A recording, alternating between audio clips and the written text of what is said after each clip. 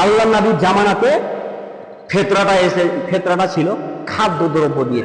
অনেক ফতোয়া শুনছেন, মোবাইলে শুনছেন, কিন্তু আজকে আমি হাদিস দিয়ে আপনাদেরকে বলছি, যদি বুঝতে পারেন তো বুঝবেন, না বুঝলে আমার কিছু করার নেই। আবু সাঈদ খুদরি রাদিয়াল্লাহু তাআলা আনহু, হাদিস বুখারী মুসলিমের হাদিস, বুখারী শরীফের 1510 নম্বর, মুসলিম শরীফের 985 নম্বর। আবু সাঈদ খুদরি রাদিয়াল্লাহু তাআলা আনহু বলেন, রাসূল সাল্লাল্লাহু আলাইহি ওয়াসাল্লাম বলেছেন, আমরা রাসূল সাল্লাল্লাহু আলাইহি ওয়াসাল্লামের যুগে সাদকাতুল ফিতর দিতাম একসা খাদ্য অথবা একসা খেজুর বা একসা জও বা এই মতো করে একসা খিসমিস। এই কথা হাদিসে এসেছে। তামর মানে খেজুর আর জামি মানে খিসমিস, এগুলো কথা বলা হয়েছে। তো এইগুলো দিয়ে আল্লাহ পাকের নবী সাল্লাল্লাহু আলাইহি ওয়াসাল্লাম একসা দিতেন। একসা মানে কি? একসা কাকে বলা হয়?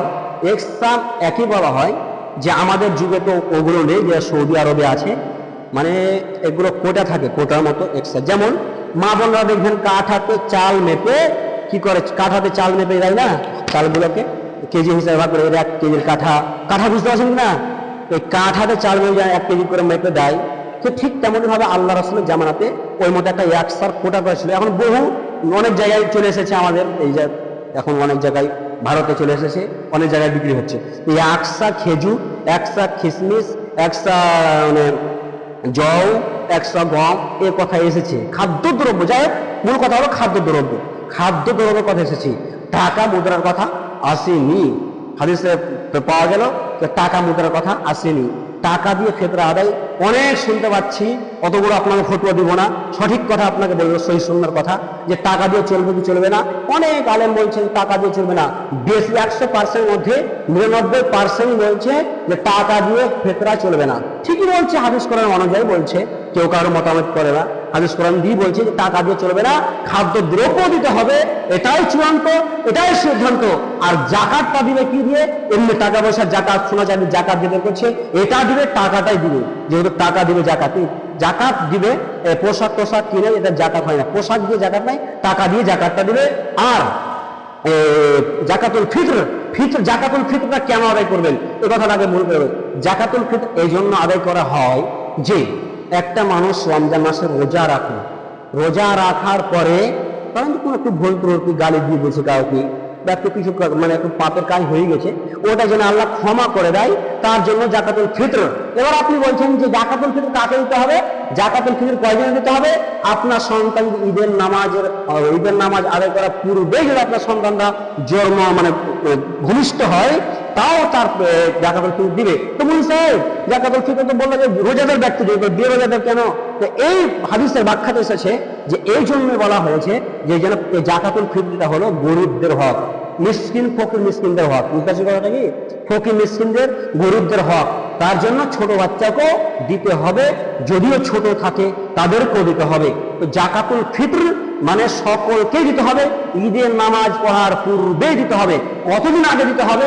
3 দিন আগে দিতে হবে। কতদিন?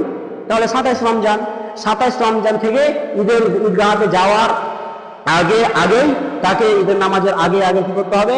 তাকে জাকাতুল ফিতরটা আদায় করতে হবে 3 দিন আগে। কিন্তু এখন কি করে জানেন? যেগুলো রোজাই করে না, ওরা আজকে না এনে 10 দিন থেকে বলছে আমাকে, যেমন সাহেব কত টাকা করে হয়েছে ফিতরা, কত টাকা করে হয়েছে ফিতরা। এই কথা শুনেছে মাথা হ্যাংলে। আমি কি বলছি নাকি? সবাই বলছে কত টাকা ফিতরা, আর 3 দিন আগে তোমাকে ফিতরা দিতে হবে। মুসলিম তুমি দিয়ে দাও, যা তোমার টাকা বাকি একদিন দিয়ে দাও না, তারপর 3 দিন আগে তোমার ফিতরা দিতে হবে। টাকা দিয়ে আমি যেটা সহি সুন্নাহর কথা বলছি, যে যারা রোজা করে না, এই ব্যাটারকে ঈদগাহতে যাওয়াই বন্ধ। আল্লাহ রাসূল বলছেন, যে ব্যক্তি রোজা করে না তাদেরকে ঈদগাহতে যেতে আল্লাহ রাসূল নিষেধ করেছে।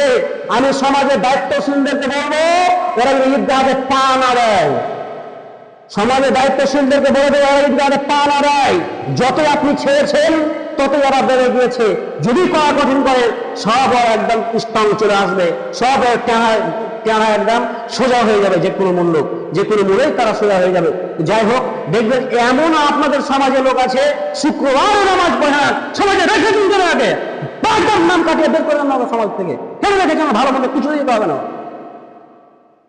কেমন করে আপনি দায়িত্ব পালন করছেন আপনি? যাই হোক, বলছিলাম ঈদগাহ 3 দিন আগে দিবেন, তারপরে কি দিয়ে দেবেন, খাদ্য দ্রব্য যে পারবেন খাদ্য দ্রব্য দিবেন। খাদ্য দ্রব্য দেওয়াই উত্তম, এবং হবে কি হবে না আপনার হিসেবে আপনি দিবেন। আমার মতামতে আমি বলছি, হাদিস কোরআন মানা যায় যে টাকা দিয়ে ফিতরা আদায় হবে না। বলে দিলাম একবার কথা, আর বেশি বলবো না। খাদ্য দ্রব্য দিয়ে আপনি দিন। আপনার বাড়িতে চাল টা আছে, কত দিয়ে দিবেন? একশা, মানে বলা হয়েছে যে 2 কেজি 600 গ্রাম। আলেমগণ বলেছেন, ইমামগণ, যে 2 কেজি 600 কে বলা হয় 2 কেজি 600 থেকে 3 কেজি এর মধ্যে কি আছে, যে একশা বলে। তো আমরা আচ্ছা, যেহেতু আর একটি কথা এসেছে যে 1 কেজিকে 4 ভাগ করে 1 ভাগ একশা বলে, তা 2.5 কেজি হচ্ছে। তো 2.5 কেজি করে আপনি জও, গম, বা পারলে কিশমিশ, পারলে খেজুর, আর যদি পারেন তো আপনি দিয়ে দেন, চাল দিয়ে দেন। যেহেতু খাদ্য দ্রব্যের কথা এসেছে, 1 কেজি যদি আপনি খেজুর কেনেন, তো সবচেয়ে নিম্ন খেজুরটার দাম বলে খুব যদি লাগে 200 টাকা, মানে মিডিয়ামটা 200 থেকে 300 টাকা। তাহলে আপনি দেন, পারলে দিবেন, যদি আপনার অর্থ থাকে, না পারলে আপনি চালটা দিয়ে দেন। এটাই আমি শেষ কথা।